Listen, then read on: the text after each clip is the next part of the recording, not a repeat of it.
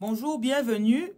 Dans cet atelier, nous allons voir l'importance de planifier notre année 2025. Et nous allons donc ensemble travailler dans le but d'améliorer cette année qui arrive. Ceci peut être valable cette année. Vous pouvez l'utiliser l'année prochaine. Vous pouvez l'utiliser pour l'année d'après.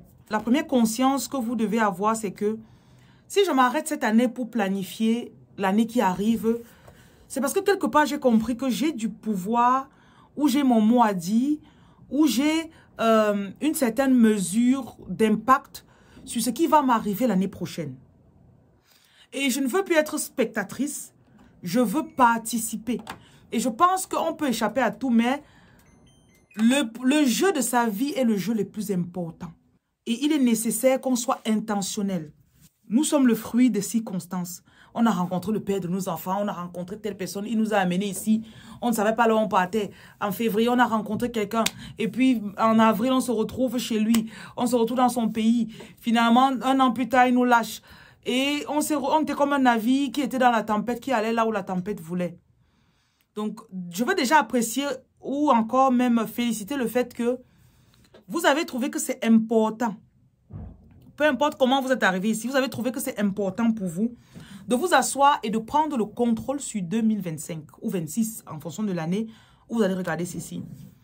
Vous allez déjà comprendre que dès que je me dis que je peux ou dès que je suis conscient de mon pouvoir, la prochaine chose c'est d'utiliser ce pouvoir. Et si je commence à utiliser ce pouvoir, ça veut dire que c'est comme un muscle que je commence à exercer. La première fois que je commence à planifier mon année qui suivait, c'était vraiment de façon consciente, c'était en 2018. Parce qu'avant, je faisais tout au hasard. Et en 2018, je me rappelle clairement, quand je passais de 2018 à 2019, c'était comme une puissance que je relâchais. Et je pouvais clairement dire, voilà ce que je veux. Je ne veux pas être ici demain. Je vais dans un HLM en France. Je me débrouillais. Je n'avais pas encore commencé à impacter les gens. Et j'avais peur de mes dons. J'avais peur de ce que je portais en moi. Et j'avais des mentors qui, pour moi, j'avais des mentors qui étaient trop dans le christianisme. Et quand je parlais de coaching, d'argent, de richesse, non, Dieu ne veut pas que tu sois riche. Mais il y avait quelque chose en moi qui me disait qu'il y a des gens là-dehors qui attendent ce que je porte. Donc, quand on planifie l'année qui suit, on se dit juste que je veux explorer cette voie qui me parle depuis. Donc, je voudrais que ici vous donniez vraiment de l'espace à votre voix intérieure. Donc, peut-être dans le passé, vous avez très souvent écouté ce que les autres personnes vous disaient. Nous, en tant que femmes, c'est comme ça qu'on est. Moi, personnellement, bon, je sais que je parle pour moi seule. Moi, en tant que femme, je suis toujours en train de faire ce que tel homme voulait. Oh, bébé, viens ici, fais ça pour moi, et je pars. J'insiste sur le facteur suivant. Ce que je planifie, ça doit aller dans le sens de libérer beaucoup plus la voix qui est à l'intérieur de moi. De libérer beaucoup plus le... Donc, à la fin de 2025, te dis, je suis contente que j'ai suivi mon intuition. Je suis contente que j'ai obéi à cette voix. Je suis contente que j'ai poussé. Parce que parfois, on a écouté, mais on n'a pas fini d'écouter. Et on sait qu'à un certain niveau, like, to a certain extent, à un certain degré, nous sommes ici de toutes les... On est dans différents pays. On a différentes vies. Et à un certain niveau, je crois qu'avant que vous ne veniez, il y a l'une d'entre vous qui disait qu'elle n'arrive pas à se discipliner. Chaque fois qu'elle dit qu'elle va faire quelque chose, elle n'arrive pas à tenir jusqu'à faire la chose jusqu'au bout. L'une des raisons de peut-être ne pas pousser jusqu'au bout, premièrement, tu vis dans le déni. C'est-à-dire, tu ne vis pas ta vérité. Et ce que tu as décidé de faire, peut-être tu es en train de travailler pour quelqu'un, tu sais que tu devrais être à ton compte, même si c'est à temps partiel. Et ton objectif peut-être c'est de donner ton 2000% à cet employeur. Ton esprit à l'intérieur c'est que tu ne dois plus être là-bas. Tu vas fixer l'objectif, tu ne vas pas l'atteindre. Tu vas fixer, tu ne vas pas l'atteindre parce que quelque part en toi, il y a quelque chose qui ne s'aligne pas. Parce que tu es en train d'aller à l'encontre de ce que ton fort intérieur te dit. Donc parfois, soit tu es dans le déni, soit tu as des pulsions ou tu es dans un environnement qui te fait conserver certaines choses qui te bloquent. Peut-être il y a un homme avec lequel tu sors, tu sais que tu dois partir de là. Ou bien tu sais que tu dois arrêter avec lui. Ou bien tu sais que tu ne dois pas trop le voir. Ou bien tu sais qu'on peut être ensemble, mais je suis chez moi, il est chez lui. Je ne sais pas. Et ton esprit te parle depuis, mais tu ne l'as pas fait. Et au milieu de ça, tu dis, oh non, je vais rester chez lui, je vais perdre du poids. Et tu sais qu'il est obèse. Tu sais que chaque soir, il t'apporte du rôti de porc. Et tu dis, non, je vais arrêter de manger, je ne vais plus trop manger, je vais perdre du poids. Là, tu es en train d'aller à l'encontre de toi. Donc, il faut toujours observer autour de vous. Quand je dis que je vais arrêter, est-ce que je suis d'abord en accord et en phase avec moi? Parce que si tu n'es pas en phase avec toi, c'est comme si tu te rends impuissante. C'est comme si ton guide ou tes guides ne peuvent pas te donner la main et te pousser vraiment que va faire. Voilà. Et si c'est le cas, pendant qu'on est en train de travailler ici aujourd'hui, tu vas écrire des petites choses, prendre des décisions avec toi-même. Elles peuvent être rash, elles peuvent être... Moi, je suis la championne des décisions dures. Ou elles peuvent être petit à petit. Que bon, je vais sortir mes choses un peu, ou bien, au lieu d'aller chercher, je voulais déménager dans une maison de 4 chambres. Mais pour sortir de chez cet homme, peut-être je vais aller en colocation. Au lieu de payer 2 000 € de loyer, je pars en colocation quelque part, je donne 300 € de loyer. Parce que je dois sortir. Donc peut-être tu vas commencer par quelque chose de petit, peut-être tu vas commencer par quelque chose de grand. Mais le but de cet atelier, c'est que tu puisses prendre une décision, que toi-même tu vas sentir que je me suis donné le pouvoir. Je me suis écouté. Une autre raison pour laquelle souvent tu peux dire que je n'arrive pas à me prendre une décision et je suis vraiment... C'est peut-être parce que les étapes de ta décision sont trop énormes. Tu ne fais pas le sport depuis 3 ans.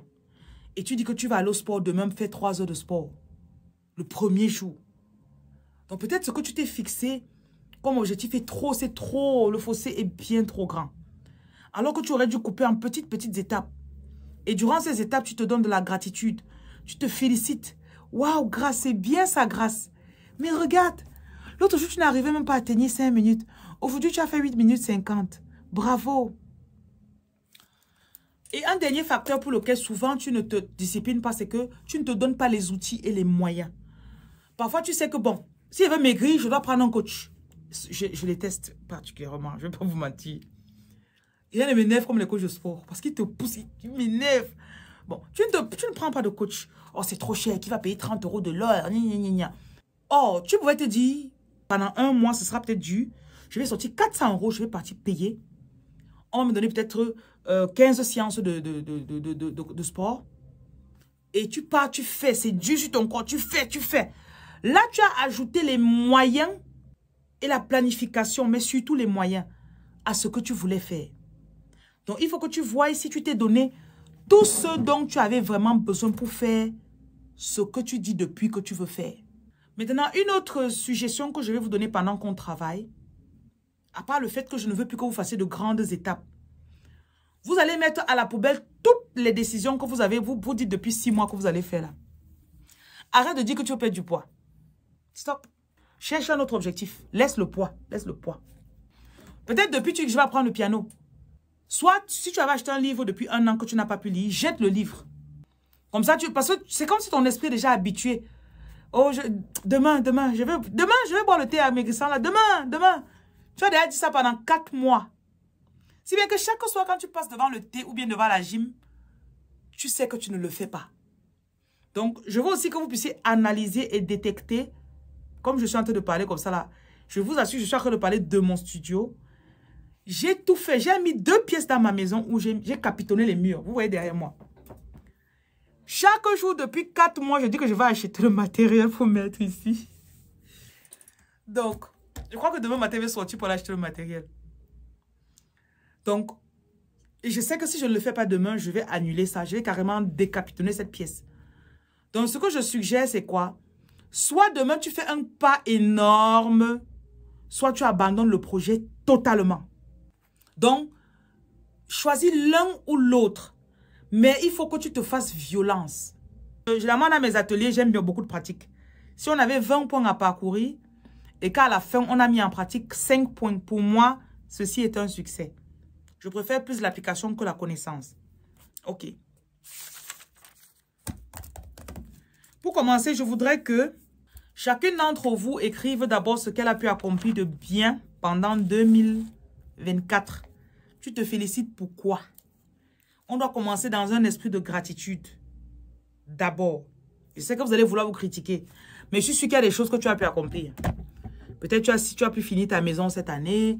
Peut-être tu as pu finalement perdre du poids. Peut-être tu as pu, je ne sais pas quoi.